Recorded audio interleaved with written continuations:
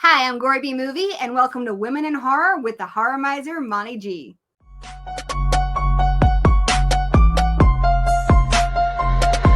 Y'all ready for this?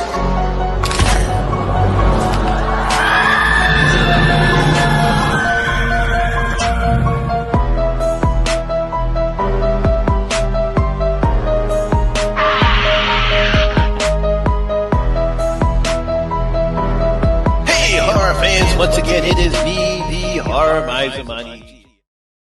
Hey, horror fans! Once again, it is me, the horror miser, Monty G. Continuing my celebration of women in horror, and I got one of my special horror goals. First of all, not only is she one of my favorite horror goals, but she is one half of one of my favorite horror couples in horror. One half of Horror Addicts. It is Gory B Movie. Say hi, Gory B. Hi!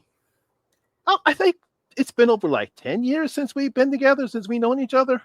I was going to say, it hasn't been 10 years since we've hung out. Thank you. Yeah, it has been. But we've known each other, I think since 2015 is when we became friends, when I started my channel, when we started Horror Addicts.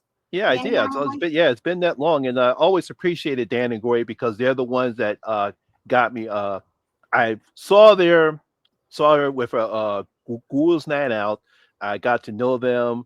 And I started my own channel. They helped me build my channel up. So I always appreciate and I love these guys to death because they're so very friendly and they help everybody in the horror community. So, of course, it's always good to have either Dan or Gory back on my channel. Thank you. Okay. Now, obviously, Gory B Movie, since we are talking about women in horror, I'm pretty sure you are familiar with the Women in Horror as it's a celebration of all what women and have done in front of the camera, behind the camera, everything involved in horror and horror. But my first question to you is, being a woman, what made you, out of all the genres of film, get into horror? I honestly don't even remember when I got into it because it was kind of like born into it. Both my parents are big horror fans. And when I was little, like my mother can read really, really fast. So she'll take like a book like The Stand that's like 1,000 pages, and I'd just be like charting how quickly she's moving through that book. And I wanted to know what was in these books. I was getting so much of my mom's attention. So I would ask her, and she would also read me like Stephen King books when I was at the waiting room because like that's what she had. And she'd read to me every night. And so she would tell me things like about Carrie and stuff. And I'd be like, oh, that's really interesting. And so she would tell me about it, when I'm like really, really little. And then she'd be like, well, do you want to see the movie? It's scary. And I'm like, yeah, I do.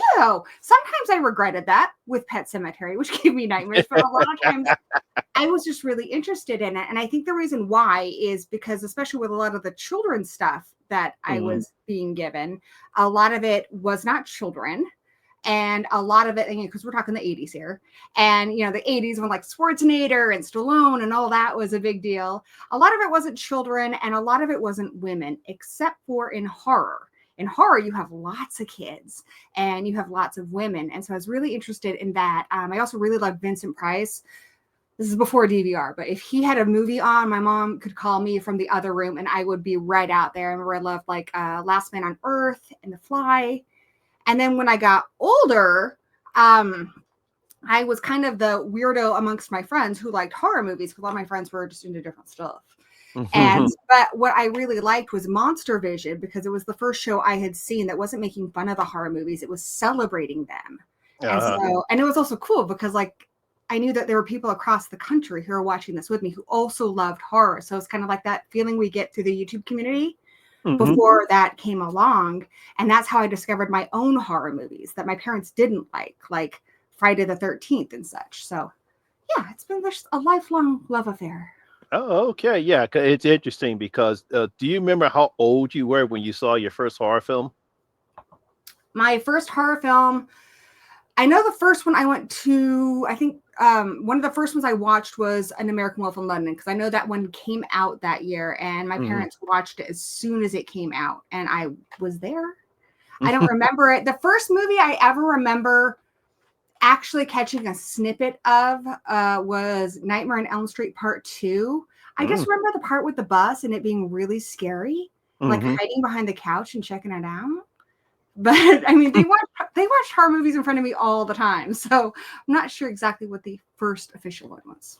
Oh, okay, yeah, because it amazes me because every time when I interview women on the show, it's always when they were little. Like I was little. I was like 6 or 7 when I first saw Universal Monsters: The Mummy.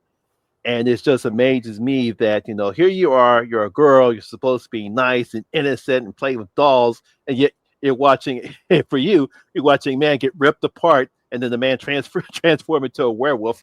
And it's like, wow. That's good stuff. I don't know, I think, yeah. I mean, like, I think that's why Women of Horror, I guess, year now is so important, is because I think we gravitate to people who are similar to us on screen. And so with horror, I found that with, women and children, but also just monsters. I've always been somebody who's related more to the monsters than to the hero movies, like Frankenstein and the Wolfman, especially. Those Universal horror movies were ones I grew up on too.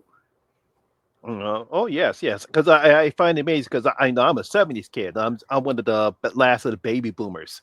So I grew up watching all the Universal, not just the Universal monsters, but Hammer horror as well. That's how I got into horror, and it's amazes me that when I see people like yourself and anyone else that actually get a chance to see the old school horror films, and then you really do appreciate that. So that's one of the things I like about that you actually appreciate the old school horror because some people don't. And Well, but I understand that. I understand that. my Yeah. parents are boomers. So my Yeah. mom was born in 1960. So she loved all that stuff. So, Uh-huh. she wanted somebody to kind of share it with. And so that ended up being me. Okay.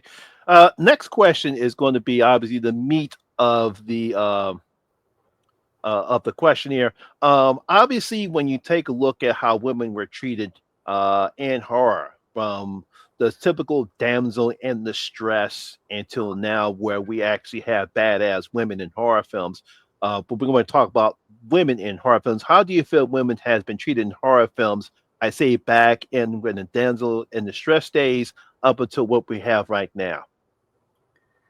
I think it's always, there's always been great women of horror movies. I mean, one of our first horror novels was written by a woman, Mary Oh Shelley. yeah, yes, yeah, First one. yeah, So yeah. I Mary think Shelley, there's yes. always been some good and some bad. And I think there are times when it's been really, really great for women. And there have been times that have been not so great. But overall, compared to other genres, action in particular, I feel that horror has been a trailblazing genre for women because we've been able to see lots of different kinds of women way ahead of when action movies did it. You got to see women kicking ass, women of color kicking ass. I think the first like trans hero I ever saw was in a horror movie. Horror gets to this stuff a lot faster than some of the other genres do, which I really, really love and respect. I think the next step for that, because I am very, happy with horror in that respect, the next step is more women behind the scenes, more women writers, more women directors, because oftentimes when we get a great female hero, she's credited to a man. And that was fine in the 90s when it was like Buffy, by Joss Whedon.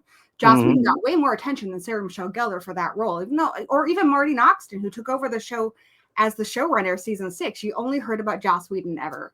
So same thing with Ridley Scott's Alien. He got a lot more attention than what Sigourney Weaver brought to the role, even though she's been a part of this franchise way longer than Ridley Scott has been, or more, not longer. She's been more involved with the franchise overall than Ridley Scott has been. I would say. I guess you could argue differently with the Prometheus movies, but we're not going to get into that. And I love those movies, and I think I'm thankful to those men for creating such iconic characters. But I think we're into the area now with things like The Substance and stuff, because there are a lot of fantastic men who've told amazing stories about women, but there are some stories about women that I think are very just unique to female storytellers, and I want to hear their voices now. Yeah, because I obviously I appreciate what she's done with Revenge, which was a very good film, and now with The Substance. I truly love The Substance because you finally get to see what it's like, even though it's an exaggerated example about what men did to women back in the day when they got too old and they had to get somebody young. But I thought there was a great contrast with how she portrayed that particular film. And you got to get, like I said, you got to give Debbie more credit. She was fantastic in that role. Absolutely. I 100% agree with you. I see. Yeah. Yeah. Well, one of the, I guess, kind of answers, but obviously, what do you think the difference is between, I would say, the damsels in distress and, of course, one of the best tropes in horror film, final girls? I think it's I think there is a lot of differences there. I think your damsel in distress, oftentimes she's helpless. Like I just watched one of my favorite movies, but I was like, oh sweetheart, you are a damsel, aren't you? I was watching Princess Bride and I love her, Buttercup in that. But your damsel in distress, the most she is able to do Hmm. is either use her feminine wiles Hmm. or she's allowed to be mouthy. But she cannot physically defend herself. She cannot outsmart her enemies either. That's Hmm. what the damsel in distress does. So the most we're going to get someone like Buttercup, who she will stand up to people. She will tell them what what she thinks. Sometimes our damsels in distress don't even do that. But you're typically your damsel in distress. She needs to be rescued. She's not going to get out of this on her own. Hmm. Whereas your final girl, and I do think there are a couple different final girls here, and I think final girls are different than heroines, just to make your life a lot more complicated.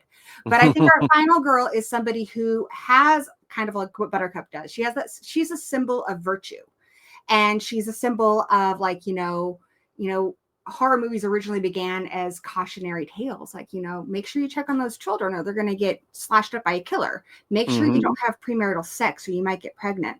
That's how horror movies kind of started, like way before we even had movies. And our final girl is a paramount of that virtue, and she has evolved, and I think we'll probably talk more about that in a bit, but she's evolved. But primarily, of all her friends, even if she is having sex, she is still the most virtuous one of her friend group. There's also two different kinds of final girls. Typically, our final girl isn't very girly. She's usually more book smart. And she usually abstains from a lot of things that would be considered girly or honestly, sadly, are equated as frivolous, like cheerleading, dating, makeup, clothes, those kind of things. Our final girl is not typically into. Sometimes she even has a name that could also be male, like Sydney or Jess. Then, even more so, we have our final girls who aren't even really girls. They are men wearing lady suits, which unfortunately, that is what Ripley is. Ripley was written as a man and they didn't change it at all. And it's fine. It's cool. Oh yeah, yeah, She's a badass. yeah. But I there's remember that. Yes. nothing uniquely feminine about Ripley. Like Mm-mm. if I saw on paper, I wouldn't connect to that as a woman. I connect to that as a person. And I'm happy that it is a woman, but she was not written as a woman. That's one of the things that's going to be different, I think, when we have more female storytellers, is that is intrinsically a part of who we are. I do think so, more so in Aliens, though, when we talk about her as a mother. I'm rambling a lot. I am so sorry for that. That's okay. Finally, I would say heroines are completely different. Buffy the Vampire Slayer is not a final girl. She's a heroine. When she embodies everything about being a girl. Like, she's badass, but she also likes to condition her hair. She likes cute clothes. She likes to date. She wants to be prom queen. She wants all those things that typically a final girl would say are frivolous. And we would say because she thinks they're frivolous and she's paying attention, as John Carpenter would say, she survives. Buffy says, screw that. I can embrace my femininity and still defend myself. In fact, I can use my femininity as strength. And on top of that, she can have sex and she can even have friends. Your final girl typically is the last person to die, or she makes it, but she's alone. It's a loner type thing. And even Buffy started that way with the one girl in all the world, but she was like, no, screw that. I'm going to have friends. I'm going to break the rules. So I love Buffy, in case you haven't picked that up. Oh yeah, trust me, I'm a huge Buffy fan. I've always enjoyed Buffy the Vampire Slayer, despite the typical, I guess, name Buffy. But I like the fact that despite how they changed the aspect that Joss Whedon envisioned for Buffy, and the movie studios decided to make it a comedy because that's what they wanted because they thought they would sell. But when they decided to make it a TV show, I'm glad that they kept it the way Joss wanted, and that's why Buffy has become such a heroic figure when it comes to females in horror. Yeah, But I like the movie too. yeah, but I like the fact that you have the difference between a final girl and a heroine because yeah, that's a big difference between what a final girl is and a heroine is different. Because that's one thing we really don't see in horror films. We don't see more heroines. We always see the final girl. And Yeah. I think Buffy is not, she was the first of her friends to have sex. She's a uh, cheerleader. Her name's Buffy. It doesn't get any more like you're going to die first than that. hell yeah. Yeah, it amazes me about how women have become been portrayed in horror films. Um, One of the aspects I find interesting when it comes to horror is, like, say, when women decide to fight back, particularly in films like, obviously, I Spit on Your Grave, the remake or the original, or the original 70. I think it was 72 or 73. I can't remember, the year doesn't come to me. I Spit on Your Grave. I can Google it. Yeah. Or maybe I can't. I don't know. 1978. There you go. 1978. Yeah. Oops. Almost clicked on the wrong thing there. Yeah. What do you think about films like that? Do you think that a woman writer can actually write that film better than a man? Because we did see, I forget, I think it's Carolyn, I can't pronounce her name. Coraline Fargate. Yeah, because she did write I Revenge. actually said that wrong. Do you think a man can write that, or do you think a woman can write that type of a movie better? I really think it depends on the person, Hmm. because I can give you examples of great male writers and great female or terrible female writers. For instance, it's a book, but Grady Hendrix, primarily in his writing, like he just did Witchcraft for Wayward Girls, which is about in the 70s how girls, when they were pregnant, were sent off to these homes to quietly have their baby and then give them up to adoption. Hmm. All of his characters have been female, and I don't know what kind of witchcraft he doing, but I could swear he's a woman. Like he knows who's telling Grady Hendrix our secrets. That's what I want to know. He knows a lot. I know he says he was raised by a lot of strong Southern females, so that must be it. So definitely there are men who can do it. He is one of them.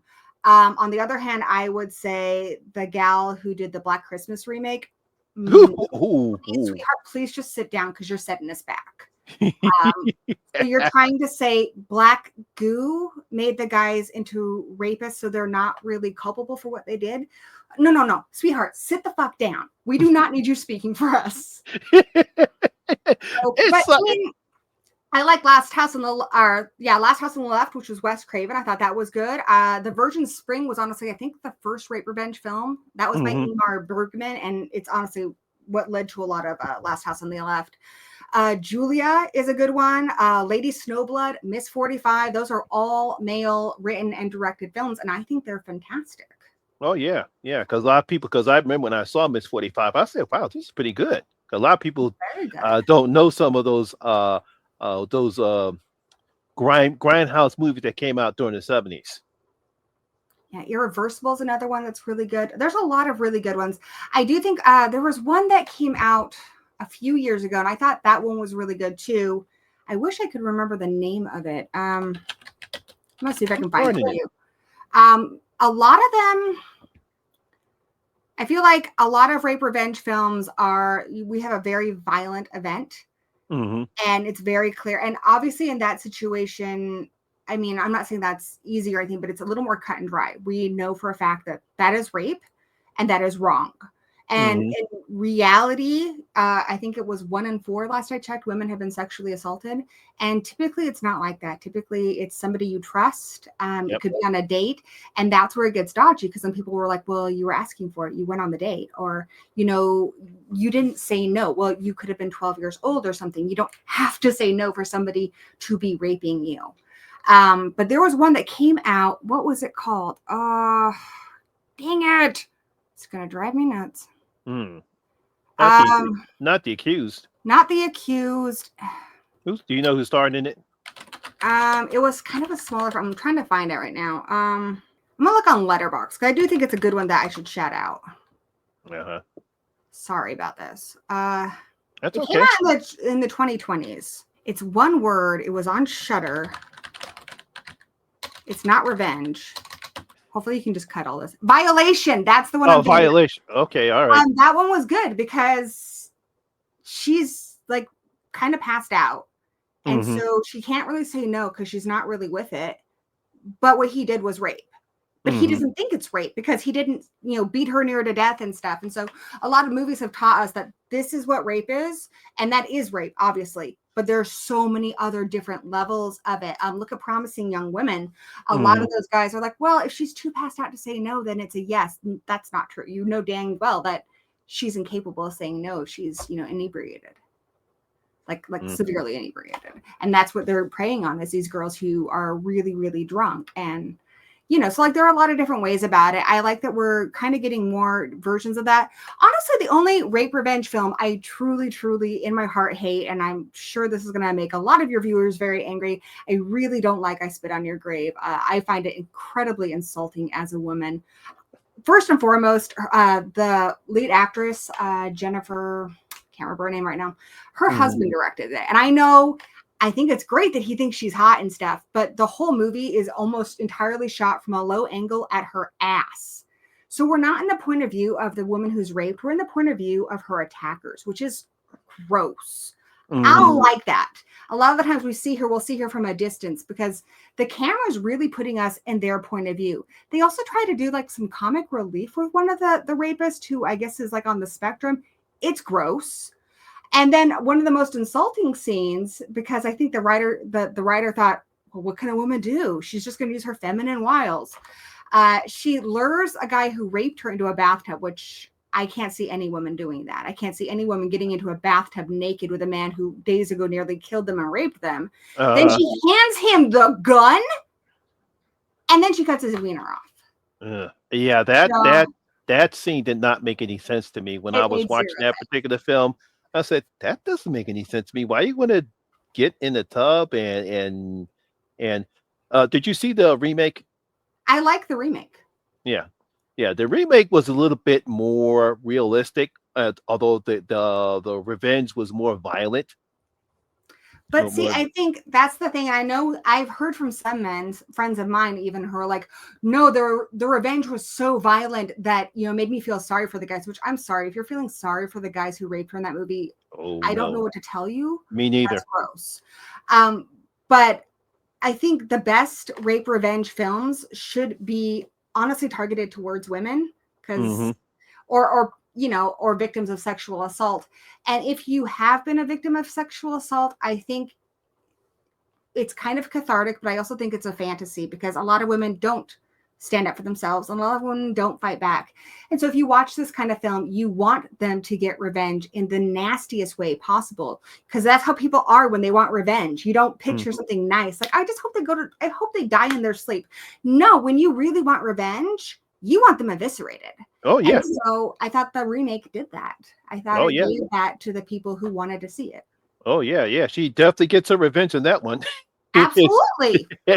Especially the sheriff. I thought he got because out of anyone, he deserved what he got.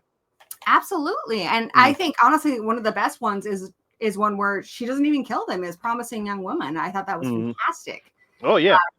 Yeah, I thought it was fantastic. Going after the guys who are like, no, I'm a nice guy. I'm not a rapist. And she's like, no, I'm stone cold sober right now. I am calling you out on your bullshit. You're a rapist. You are not a nice guy. Stop lying to yourself. I thought that was brilliant. Oh, yeah, that was. All right, let's get back to Final Girls. Now, obviously, we've seen an evolution when it comes to Final Girls. Obviously, I guess you could say the first Final Girl was Olivia Hussey from Black Christmas. But a lot of people have a tendency not to include her, but I think she's actually the first Final Girl. Then obviously we have Laurie Strode. Then we have Ripley, and we have all these Final Girls. How do you think Final Girls have evolved since the early days of the slasher films up into what we have right now? Well, one of the things I do, a little shout out for this coming May, is I am a panelist at Crypticon, and one of the panels I do is the evolution of the Final Girl. So I'm going to give you a bite-sized version of that. I would say in the 70s, we had our proto-Final Girl. I think the rules weren't exactly established until we got to Laurie Strode, but Jess Bradford, or I think it's Bradford, in Black Christmas absolutely is. And she was a huge trailblazer because she is a lot more of the Final Girl we see today. Like, she was talking about getting an abortion and stuff, which women's issues, and it was something you didn't see a lot at the time. And the thing with the 70s proto Final Girl is she doesn't necessarily have to survive. She just needs to make it to the end. She needs to outlive her friends. So then we also have Sally Hardesty in Texas Chainsaw Massacre. And honestly, I feel terrible for the girl because she's lost her dang mind, but she made it to the end. That's really all she has to do. Then Laurie Strode changes everything because she uses her wits to outsmart Michael Myers. So there is a book called Men, Women, and Chainsaws by Carol G. Clover. That is the first time we ever hear the phrase that she coined the term final girl in that book. Uh-huh. And a lot of it relates to Laurie Strode. So our final girl has to be virtuous. Our 80s final girl, especially, she's virtuous, at least more virtuous than her friends. I mean, even Laurie Strode, tokes up, but she's got to be more virtuous than her friends. But ultimately, what separates her from the proto girl is she needs to take the weapon that the male killer is wielding against her and take her own power. So essentially, she has to like take his phallic object, right? It gets very Freudian here. And then she's empowered now. So honestly, the 80s ones are kind of telling us, I think, in a way that she needs to basically become the man, and then that goes full blown with like Stretch and Texas Chainsaw Massacre 2, where she's literally waving that chainsaw around like, look who's on top now, Leatherface. Yeah, no, yeah. Yeah, it's an evolution from being powerless, from being this girl who's put in the corner. You don't put baby in the corner, to being the one who took out the scary monster. Then the 90s is the meta final girl. So that's like Sydney, Julie from I Know What You Did Last Summer, Urban Legends. There's a lot. But basically, these final girls are different because they know the rules. They've seen horror movies, which is good for them. So, and the rules are a lot less constrictive. Again, like Sydney has sex, but she's still more virtuous than her friends. She still has to do that. Julie James, she is the most virtuous of her friend groups. That's still a thing. But yeah, she's seen horror movies and she's going to use that to her advantage. Now we're going to get to the point where I actually think it's kind of the saddest period for the final girl. The early 2000s nearly erased the final girl. And that was because there was a huge pushback on all the remakes, sequels, slashers. Like we got into kind of the torture porn era, and that had male heroes. So there's a huge boon of male heroes. If you look at Shaun of the Dead or Hostel, the Friday the 13th remake, that was originally a female hero. They turned it into a guy. And even if there is a girl, she's usually paired with a guy if she makes it to the end. Final Destination, 30 Days of Night. But a lot of them were like The Collector, Stay Alive. A lot of it's the birth of the final boy is what it is. I recognize that dynamic, especially at around the 2010s, where we didn't just see a final girl. Now we got the final guy, or we got a final couple. Yes. So that can happen too. Yeah, we got a final. We see that. We see that, and I don't know. Did you see? Your guys saw Hard Eyes, right? Yes. Oh yeah. Because you got a final couple now. I thought that was. I thought the evolution has been changing now. I guess they thought they says, well, we got to give guys a chance now, so let's have a final guys. I think so. I think honestly, a lot of it is they were trying to subvert everything because the 90s called horror out on the tropes. Like, hey, you're getting predictable. And so the early 2000s were like, okay, well, we're going to do the opposite of the tropes. We're not going to have a girl. We're going to have a guy. We're going to have it be really, really gory. They basically tried to do the opposite of everything that had been done before. And so there was a lot of males. And when we did have a female, like in The Descent, The Grudge, Eden Lake, Paranormal Activity, the woman is punished. She may make it to the end. She almost never survives. And if she does survive, she's in really bad shape, like The Descent. Oh, yeah. She had punished it. Poor Juno. Exactly. And then we're back around. Little, mini horror lesson here. In the 2010s, I would say it's like the bitches back era. Because then we get It Follows, Don't Breathe, You're Next, Evil Dead, The Final Girls, Cabin in the Woods, Ready or Not. Like, we get a lot of the meta stuff, but we also just get a return to the final girl. But they're badasses. Yeah, Aaron in Your Next. And I think what's wonderful about this era is there's no longer this need for her to be pure. No. Like, she's just a woman who can kick ass. And that's really the only criteria. On top of that, like, there's Hush, where she's deaf. And we're dipping our toe into not just white girls who are our final girls. I mean, we had some of that in the 90s and stuff with like Demonite.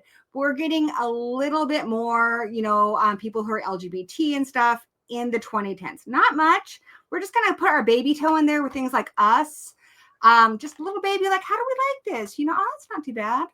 So 2020s, we're ready to just kind of go in. And I think right now is the most exciting time because we have like an evolved final girl. So our final girl doesn't have to be anything. She just needs to be a woman. And we're exploring more of like, what does that mean if you're the hero? And different kinds of women, like, young girls. That's always kind of been a thing. But mothers, I love that we're getting some tough mothers, and they're not like just the super sweet lady moms like in movies like Critters. Like, they could be badass. They could be like in Monster. They could just be, kind of a train wreck. There's lots of different kinds of women. There's women of color. There's women who are trans. There's women who are gay. There's, women who are in porn movies like in X. So like, it's really, really exciting because I think now for women, there's not maybe a lot to choose from, like, especially if you're looking for like trans women in horror. Yeah, we still don't have that many. I think we need a lot more women of color final girls, but this decade we're finally getting them. So I think that's exciting. Yes, that's good. That's good. Let's see. Now, obviously, during I would say after Friday the 13th, where we had inundated with slasher films during the 80s, fortunately, we also had a lot of objectifying. Do you think that there was too much objectifying women during the slasher days? It's like we couldn't go a slasher film without seeing a woman's breasts or her butt. Sometimes we get full frontal nudity. It's like, come on now. It's like, stop acting like you never saw a breast before. Well, and honestly, I would say I did act like I hadn't seen a breast before, because when I saw Species, I told my two younger brothers, I was like, dudes, there's boobs in this. We're going to watch this. We're going to see our first boobs. Are you ready? Buckle up. And we saw our first boobs, and it was awesome. So I cannot pretend that I have not enjoyed on-screen nudity. And I would say, no, we hadn't seen it before, because in the 80s, when I was a kid, there was not internet porn. I remember one time we found a porn magazine. I grew up on an Air Force base. We found one out in one of the airfields, and we decorated our fort with it because we'd never seen boobs before. So boobs were pretty exciting. And I think in the 80s, the 70s, you could put breasts or nudity in a movie, and it was a big draw. Because unless you want to go to a CD video store or to the back adult area where everyone knows what you're doing, you really couldn't see porn. But just showing a few boobs and stuff, that was exciting. And I think that's where we got things like breast counts and stuff. My only complaint is that it was one-sided. Like, where's all the, give us some dong droppage, show some dude butt, let's see some abs, keep it even. I'll say this: you got plenty of abs and werewolves. Yeah, the Frank Miller one. I'm offended is when I listen to a DVD commentary and I hear that an actress was kind of pushed into doing something she didn't want to do. And it seems like for a lot of women in the 80s, if you weren't willing to be naked, you didn't get that many opportunities. And that makes me upset. But my biggest platform on this whole thing is I'm just like, it's fine if the actress is comfortable with it. I'm cool with it. I don't think there's as much need for it now, because you can just click on like a website and see a lot more than you're going to see in any R-rated movie. But if you're willing to show some naked dudes too. I mean, the other thing too is I think things like a shower scene tend to slow a movie down, unless you're going to do like a Terrifier 3 and kill them in the shower. Bravo, there was a naked guy in that. So it's funny because I guess the first time I actually saw boobs in a movie, my mother took me to go see my brother and I go see Shaft in Africa, and that's the first time I saw boobs. And I guess my mother didn't realize there's nudity in it because she's she's very modest woman. My first boobs were Species, and then my first dong. I wasn't even watching the dang movie. I was playing with my brothers in another room, and my mom is like, "Hey, come here. You got to see this. There's a willy on TV. My mom's British. There's a willy on TV. She's watching The Crying Game, and she rewinds that thing like 8 times to show me that, yes, indeed, there is a willy on TV. So that would be my on-screen. Was that the first time you actually seen, and I guess you'd say a trans woman? I didn't even get to see that much. Later on, I watched it, and yes, the character is trans. So yes, but the first time I just saw just full screen of male genitalia. Mm-hmm. So, but yeah, I mean, I do think if you watch the movie, I know a lot of people make jokes and stuff about it, like Ace Ventura. I do actually think that's a really good movie. Forrest Whitaker's in it; he's fantastic. Stephen Ray's in it, and I think the character, the girlfriend character, I thought she was really good. Oh yeah, She did a good job in the role. They show the genitals like it fills the entire screen, but again, we've been having decades of just boobs filling the screen. So yeah. so how to think of it? Think about that. So think about that. Women have had to show a lot of nudity, and the first time I saw a dong on a movie was a woman's dong. What is that saying about the movie industry, huh? Yeah, I know. Yeah. What? That's bullshit. Uh-huh. All right, I think we've unearthed something here, Monty. Women directors who direct horror films. Do you think that they're getting their respect that they deserve in some of the horror movies they have directed? I think from cool people they are.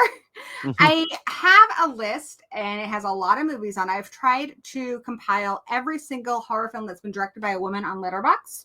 And I can give you a link to that if you want. And I still see a lot of comments saying, well, they're all shitty movies. And it's like, well, I mean, some of them are direct to video and you might not be into that, but some of them are like The Substance. And I think that's far from a shitty movie. Oh, yes. You know, a lot of them are very, very good. But when, you know, I do see a lot of comments like, well, you know, women directors aren't putting out as many good movies, but I also think women are not getting as many opportunities. And that's the biggest problem. You know, we do the Oscars every year on Horror Addicts. And sometimes I'm kind of upset that we don't have a single female director on there. Luckily this year, that's not a problem. But some years we've had ones and, you know, we always go with the nominations that are given to us by people. But sometimes it's kind of sad. Yeah, there's just not a lot. And I know it's not because women aren't talented or not capable of making movies. It's because there's just not a lot of opportunities. They're not given these projects, which is a shame. Yeah, because unfortunately, when I think the problem that some women have is that when you do get the opportunity, either they blow it or the movie studios don't think that even though the film was successful, it did not generate the type of money that they were looking for. Or they give the acclaim to somebody else. It's kind of like that whole boy band thing. When your front man isn't cute, they'll focus on the guitars. Like, look at Fall Out Boy. Right? That's what happens. Look at something like American Psycho. You never hear about the female director of that. You only hear about Christian Bale. Well, he's got to be a genius because this movie is so good. Forget the freaking female director of the movie. I know that's sad too, because that was a decent slasher film, and most people don't know it was directed by a woman director. And it's like, well, yeah, give her props. Yeah, a lot of female directors have done a lot of things, and unfortunately, you don't hear about them a lot. Pet Sematary, one of the scariest movies I've ever seen in my life. Yeah, I know, yes. Female director, but we only hear Stephen King. You know, unfortunately, when women do well, a lot of times a man is there to take the credit. And that's the sad part, because I think women directors should get the credit if they have a decent movie, and the movie not only it's a decent movie, it's a decent horror movie, and it's successful. Give the woman credit. Don't just stick the man in there. Give the woman credit, because the film wouldn't be as good if she didn't direct the shit out of it. So it's like, yeah, especially, you know, whether it's directed by a woman or if it's written or directed by a woman, you know, give the woman credit. I agree. I think it's getting better now.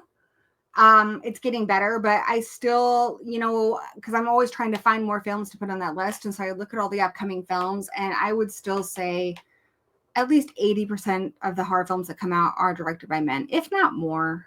And here's the other thing that makes it even more upsetting is a lot of the women in horror films, again, when women do get an opportunity, which is rare as it is, it's still rarely a woman of color. It's still rarely a trans woman. It's still rarely an LGBT woman.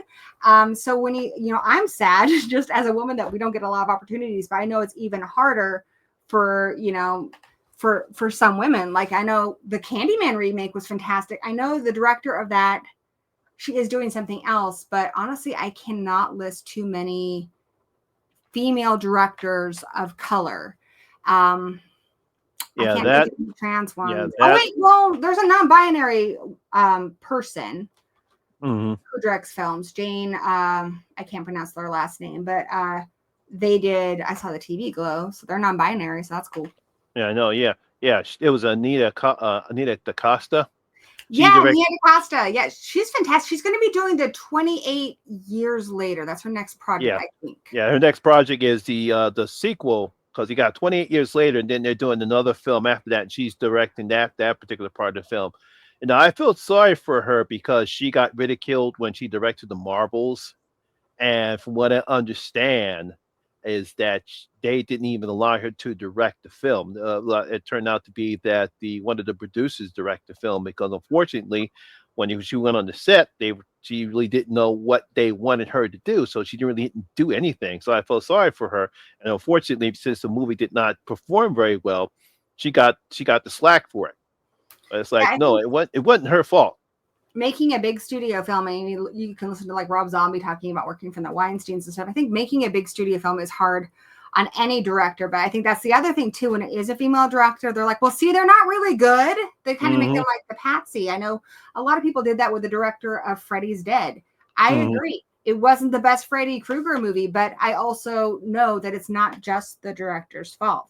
But it seems like Uh, when they want someone to blame, they're going to be like, well, we had a female director. And when the woman does well, she's the last person to get any kind of credit. I will It is defend. changing. It is changing. It So is I don't want changing. to sound Yes. like like dogging on all because I think Coralie Fargo is getting a lot of attention for The Substance, and that makes me really really happy. Yeah, I'm happy And for her too. Zelda Williams for Lisa Frankenstein, Hmm.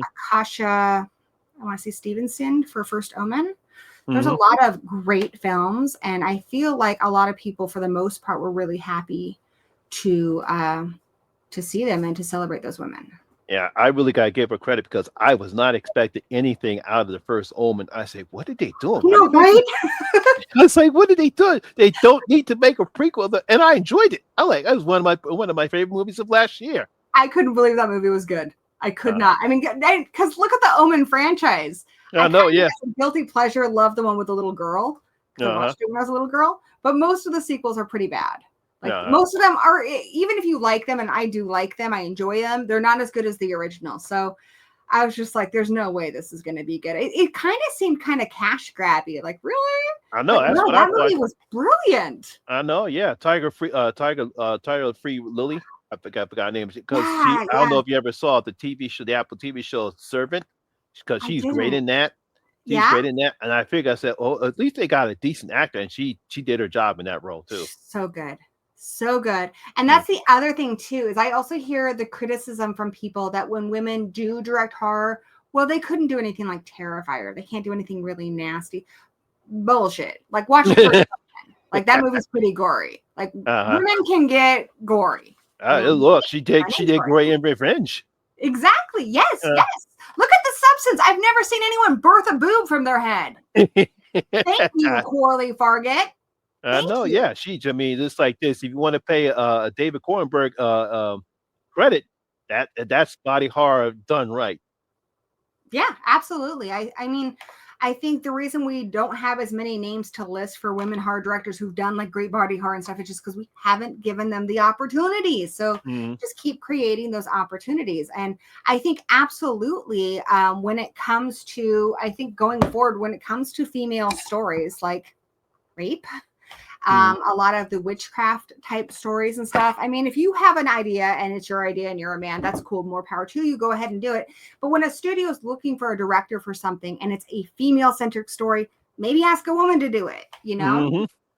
They probably know a thing or two about it. Like that was another reason why with Candyman, I was glad Nia DaCosta got it because the original director of the first one, which I think is good, I really Mhm. love that movie. It's a 5-star movie, but we had a white guy doing it. Yeah, I know. Yes. Like it's going to be a different movie coming from a person of color and her being a woman. I think person who women are constantly treated like second class citizens. I think she had something to bring to that table that a white guy as in the original director couldn't do. Mhm. So I don't know, I'm starting to sound very soapboxy is what I'm That's starting to okay. say. Preach on, preach on. I love it because you take a lot of stuff very seriously, and then hey, look, I love it. So, what led you? And of course, obviously, I'll go this route then. As a mother, how old do you think you would let a child start watching horror movies, and what horror movies would you want them to watch? This is another panel I do on introducing your children to horror. So I think you can start day one. I mean, I did. I was on bed rest when I had my son, and when he was little, my favorite movie at the time was Scooby-Doo 2 Monsters Unleashed. It's fantastic. Don't tell me otherwise. But yeah, that's horror adjacent. Alvin and the Chipmunks meet the Wolfman. And I think there's tons of spooky stories like Hocus Pocus and stuff that are entirely appropriate for children. And I think those stories get kids interested in like, ooh, spooky things are kind of fun. It's fun to be scared a little bit. You don't need to pull out Terrifier 3 for them to get scared. No. My son was terrified of a Goosebump episode with a haunted sponge. It doesn't take much, but it is that roller coaster ride of it's fun to be scared. And you can teach your children that being scared can be fun very, very early. And, with a lot of, even some Disney movies like Black Cauldron is scary. Secret. Oh, yeah. I'm like, when I saw Black Cauldron, I said, this is Disney? When did Disney get scary? And then I think it's all about going with your child, knowing your child, having a discussion with them. Like I would always tell my son, okay, I would just be flat out with them. Like, okay, someone's dad is going to die in this. It's really scary. There's a kid who's in trouble. A dog is going to die. Are you sure you want to watch this? He'd be like, yes. Sometimes you have to make the decision yourself. Your kid might say, I want to watch Saw, but your kid, maybe they shouldn't watch Saw. On the same hand, you also cannot trust the ratings. Because The Ring is PG-13 and that movie's terrifying. So yeah. I don't know if a lot of 13-year-olds really should be watching The Ring or The Grudge. They're scary movies. No, yeah, it amazes me because as growing up, watching horror films, and my mother thought that The Exorcist was too scary for me. And I have seen plenty of scary movies at that particular time, right before The Exorcist came out. But you thought, no, man, you can't see that. That's too scary. You won't be able to handle it. So, of course, me and my friend snuck and went to go see it. Were you scared? Oh, knowing me and my morbid sense of humor, some of the parts unnerved me a little bit. But the rest of the film, especially when Reagan starts to curse, I cracked up laughing. I couldn't help it. For me, so my dad is more of a scaredy cat. Nothing scares my mother, so I can't ever trust her opinion on anything because nothing scares the woman. Like nothing. Exorcist for her, it was just a Tuesday. My father, though, he was terrified. There was 3 forbidden movies in my household: Dawn of the Dead, The Exorcist, and The Evil Dead. And so I put these movies on a pedestal, and I even tried to watch The Exorcist at a friend's house. I was like, no, turn it off. I can't handle it. And then when I got to be about 13, I finally watched The Evil Dead, and I had my pillow all up, ready for this to be the most terrifying. And I was like, no, this is really funny. But like there was a few where I kind of had to work up to them. I remember a babysitter tried to show me Dawn of the Dead, and I got like a minute in, and they're biting people. I'm like, yeah, I gotta go check on my little brothers. Like, how kids are. They can't be left alone. They need me. I was just scared. I had to go leave the room. It's just, and I always tell people this. Yeah, people fainted, people threw up, people ran out of the theater because at that particular time, you never saw a movie like The Exorcist at that particular time. And yes, the lines were crowded. A lot of people lined up to go see it because back then during the 70s, they had no internet, no social media, no nothing. It was strictly word of mouth. So people would come up to you and say, "Did you see The Exorcist?" What? No, you got to see that. You're just going to blow your mind. And yeah, that's shit actually happened. It's just like I'm looking at these people running out of the theater, people just skitzing and all over the place, and it's like, and I just laughed. I thought it was funny. One of the reasons my dad thought it was so scary is he thought I looked like Reagan. I had really long, like light brown hair. And I think that's what scared a lot of people is, if you look back at like the 50s with the atomic age, monsters were always far away or they were easy to identify. Then you get Night of the Living Dead, and finally, like there are neighbors. They can be people on the street. And then you get to The Exorcist and it's your own child. You can't even protect your own child. And she's terrifying. So like horror had come such a long way. So I think the people, who were young, in their 20s, seeing The Exorcist, they had never seen anything like that, because the movies when No, they they were did. little were not like that. Yeah. So, what led you? I don't know. Was it your idea? Or was it Dan's idea to create Horror Addicts? That was all Danny. I actually had a book blog at the time. Mm-hmm. Books are delicious. I tried to do some videos, and I personally really do not like the sound of my own voice. So I was like, nah, dog, I'm never gonna make videos. Like, it's gonna be a no for me. But then Danny was really into it. He was watching what you doing? Oh no, the Queen Alien fell off the shelf. Ripley got her. He was a big fan of Andre, I think his name is Meadows, Black Nerd Comedy. Mm-hmm. And Andre does a lot of like 90s, 80s nostalgia, especially Ninja Turtles. And Danny's a huge Ninja Turtle fan. And so he thought, because he didn't know anybody who did really horror, but he liked Andre, he thought, well, I could do something like this with horror. You know, how Andre will like, talk about his favorite things from the 80s and 90s. He was like, I'm going to do it with horror and have like sketches and stuff, and that'll be really cool. And originally I was just helping him and helping edit the videos. And then I started to really enjoy it. And then we were both doing it. And I thought, I kind of enjoy some more, I guess, cheesier horror movies and such. So I made probably like trivia theater. She likes cheesy movies. Yeah, so celebrating some more like obscure, forgotten, cheesy movies over on my channel. Plus I did like Ghouls Night Out and stuff.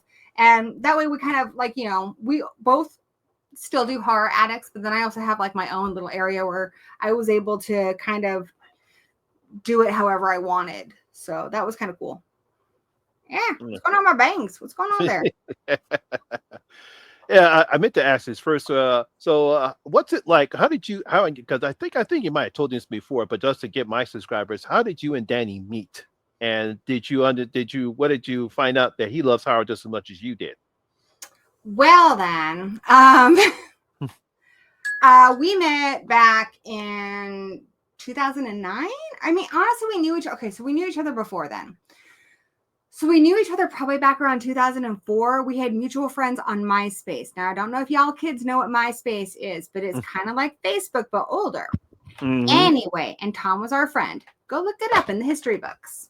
So we had mutual friends, and he used to spam my page with wrestling stuff because my husband's a wrestler, and I was like, this is really annoying. I'm gonna go delete this guy. Because back in MySpace days, you kind of added anybody who added you.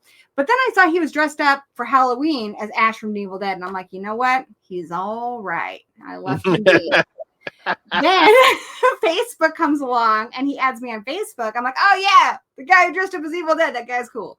For some reason, I guess he thought I was married because I was a mom.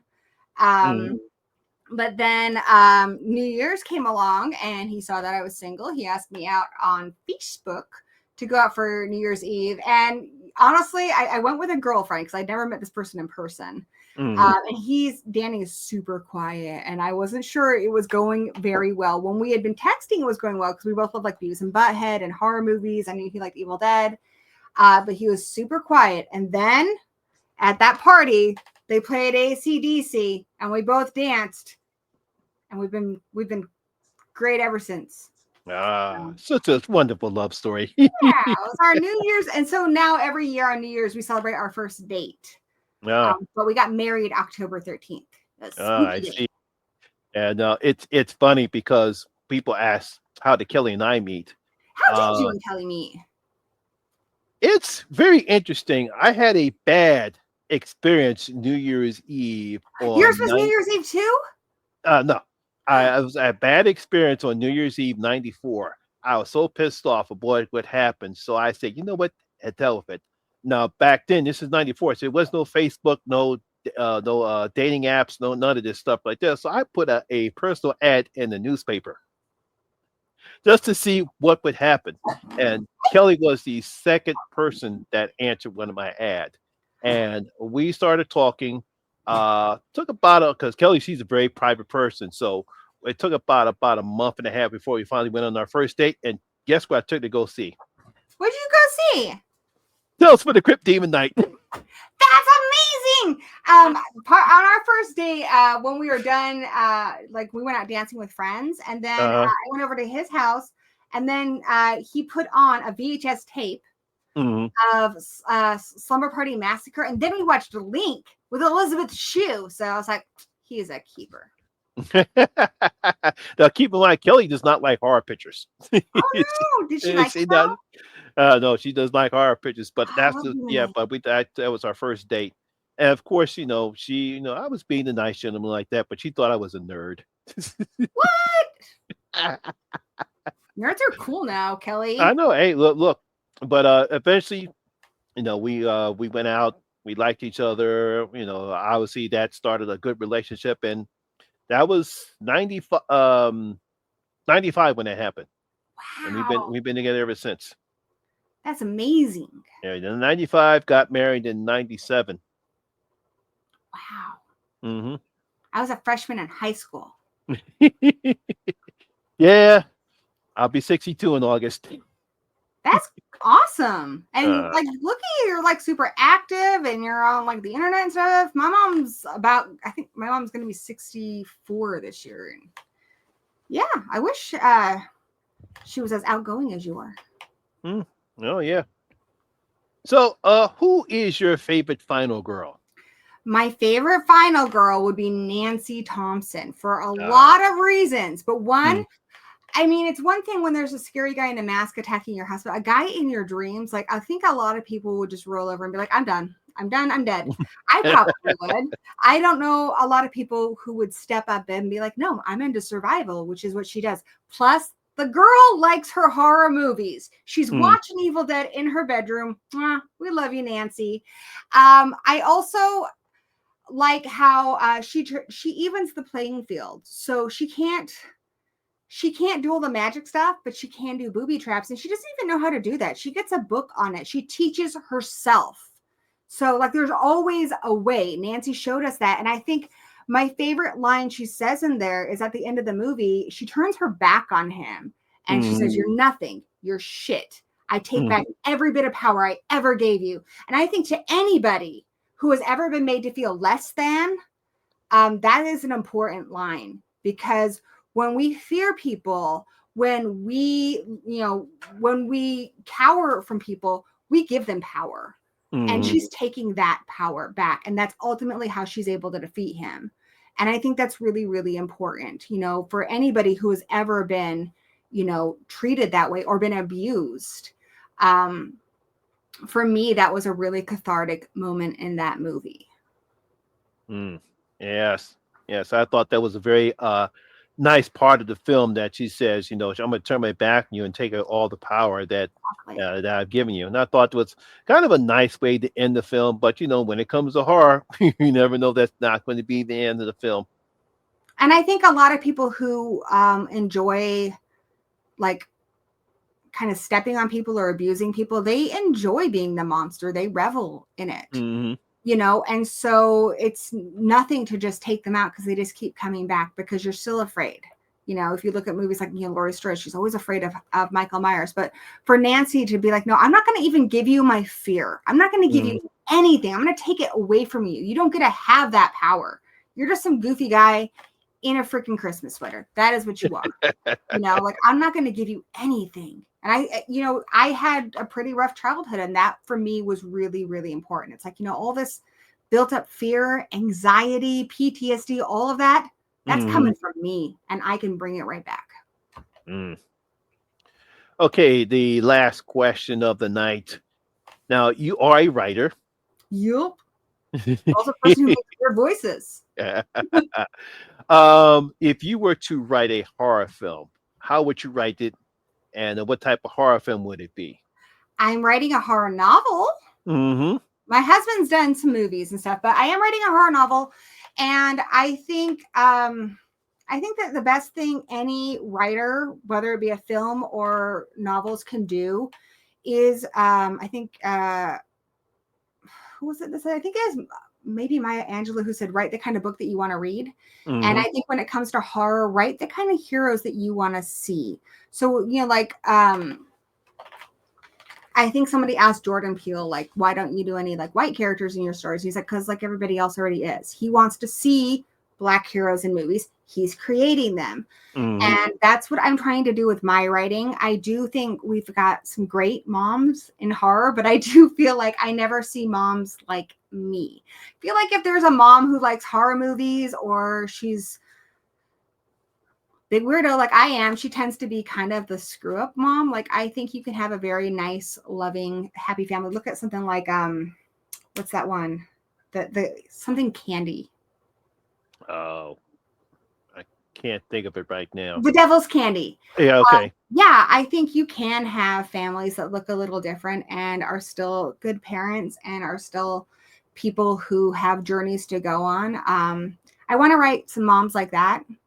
That's the kind of mom who's in my book right now, who is a single mom. And the premise of my book is a werewolf has bitten her kid, and because these werewolves cannot have children of their own, and that kid was bitten in their territory, they have ownership, so they're going to take it. And she's like, yeah, over my dead body, you're taking my kid. That's basically my book called Pup. But there's a lot of other things I want to write too. You know, I'm also somebody who's pan. I don't think I've ever seen a pan hero, or at least not somebody who's said that they were. I'd like to see more of that.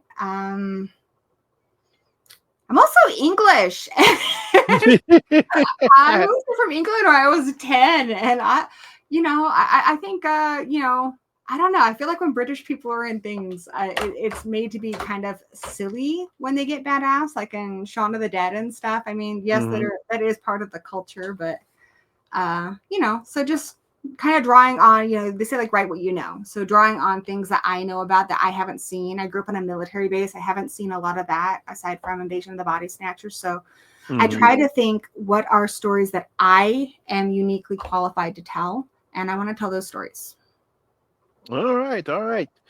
Well, once again, I want to thank Gory B Movie for joining us this evening. I will have her links for Horror Addicts and her own channel in the description box below. And until we meet again, blessed be.